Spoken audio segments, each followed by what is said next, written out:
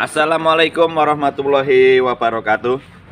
Kali ini kita punya garapan Honda Beat digital, Beat Eco, dengan permasalahan motor ini rembes di bagian di sini, bro, di bagian CVT.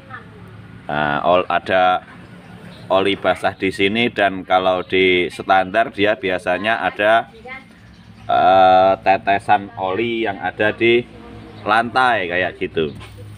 Kita akan langsung eksekusi.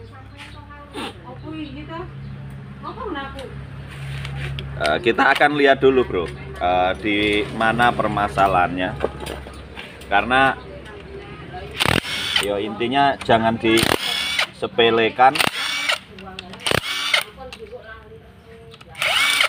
permasalahan oli-oli yang netes sedikit-sedikit kayak gitu.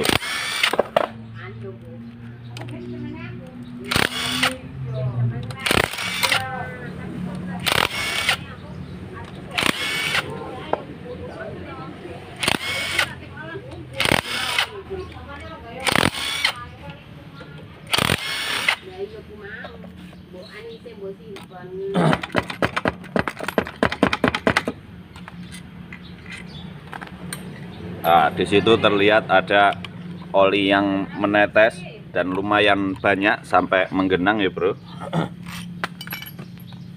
Apakah dengan permasalahan seperti ini motor akan bisa berakibat fatal? Jawabannya yo.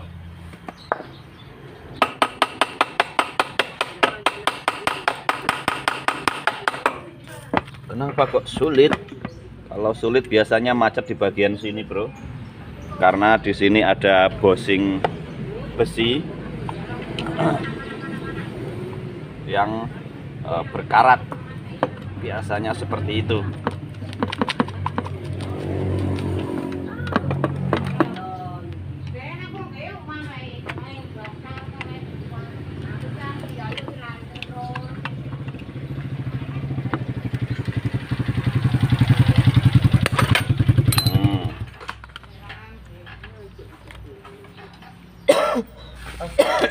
Waalaikumsalam warahmatullahi wabarakatuh.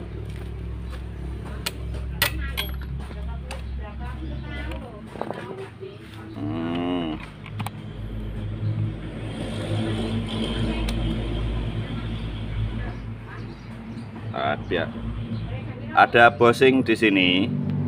Biasanya dia berkarat, bro. Itu yang membuat biasanya sulit. Selain itu biasanya jarang sekali. Nah, itu dia. Bosing yang di sini berkarat. Nah, di sini ada tetesan oli yang lumayan banyak, bro.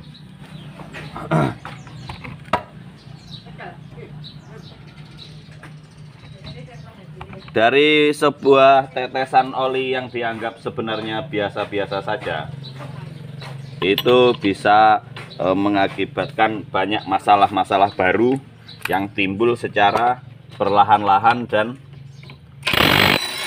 tiba-tiba menjadi fatal kayak gitu.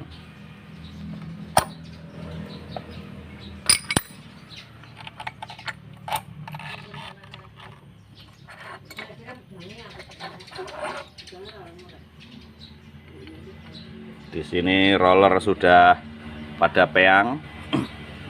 Tuh.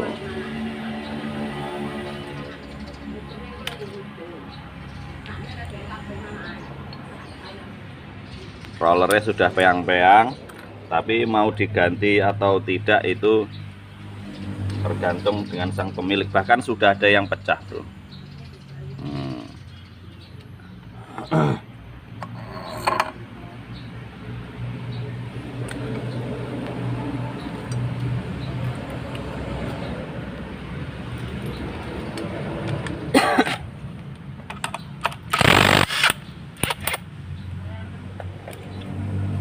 Dari oli yang sedikit demi sedikit menetes itu pada saat motor ini jalan itu tidak terdeteksi, bro, tetesannya. Dalam beberapa waktu kemudian kalau dibiarkan oli mesin akan habis. Yang membuat motor ini fatal biasanya seperti itu.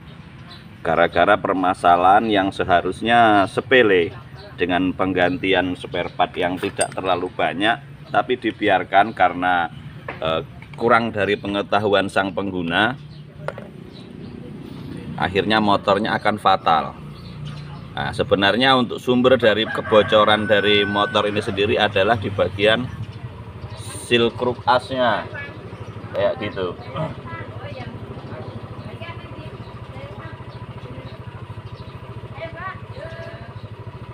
Coba tolong di engkol di starter kotaknya dengan neng meja. Yuk, kita akan lihat dulu tingkat keolengan dari kruk asnya.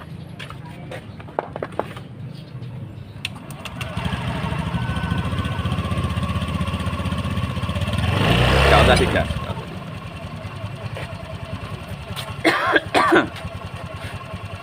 Perlu diperhatikan juga bro, pada saat kita mau mengganti seal atau permasalahan ada pada seal yang bocor seperti di kruk as, ya, itu diperhatikan, dihidupkan seperti ini. Untuk motor-motor yang menggunakan ACG starter itu sangat mudah karena tidak mengganggu untuk masalah di starter. Tingkat keolengannya harus diperhatikan, karena kalau umpamanya di sini terlalu oleng, nah, bisa dipastikan meskipun diganti dengan seal kruk as yang baru itu tetap bocor. Tapi untuk motor ini sendiri seal kruk as, keolengan pada kruk as masih dalam tahap masih dalam mode aman lah, kira-kira kayak gitu.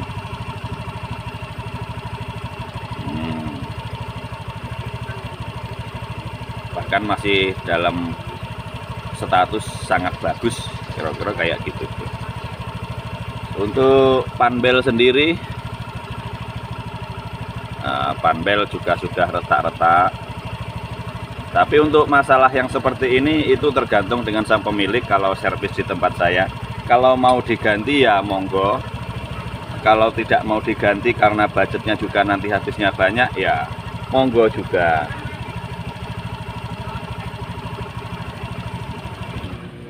Karena sang pemilik hanya menyuruh untuk menyelesaikan masalah olinya bocor kayak gitu. Terus di bagian rumah roller yang di sini, akibat dari roller yang pecah tadi, yang pecah ini, dia merusak di bagian sini bro. Tapi ini opsional, kalau mau diamplas dikit-dikit juga boleh untuk menghaluskan saja. Tapi jangan terlalu dalam karena nanti akan menyebabkan oleng pada saat putaran tinggi. Karena kalau kedalamannya tidak sama antara satu dudukan rumah roller dengan rumah roller yang lain, itu akan mengakibatkan ketinggian dari roller sendiri akan berbeda dengan yang lain, yang akan mengakibatkan panbel jepitnya tidak beraturan. Kira-kira seperti itu.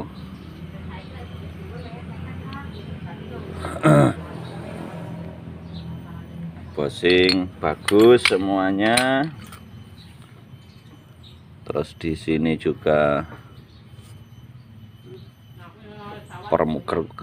permukaan kerataannya juga lumayan bagus lah.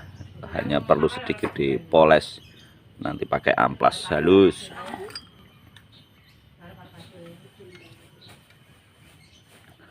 Untuk rumah kampas ganda,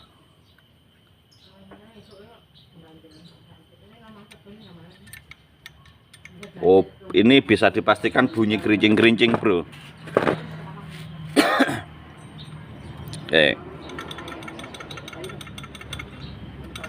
Ini masalah umum pada motor dengan kode K44 kalau nggak salah. Nah, di sini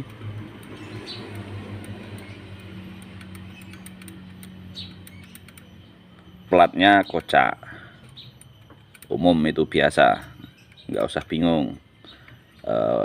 Penyelesaiannya bisa diganti menggunakan plat kampas yang baru, atau diganjel pakai karet bisa, atau dibuang sekalian dipasang ring 10 juga bisa, kira-kira kayak gitu.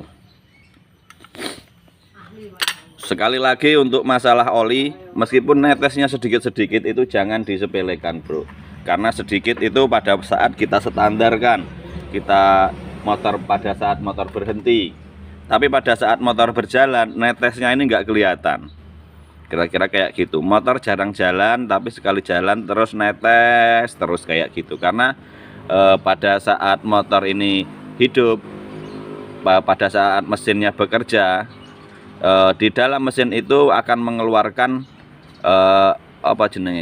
pergerakan dari piston itu naik turun yang akan menyebabkan udara dari luar itu terkompresi keluar atau terhisap masuk kayak gitu.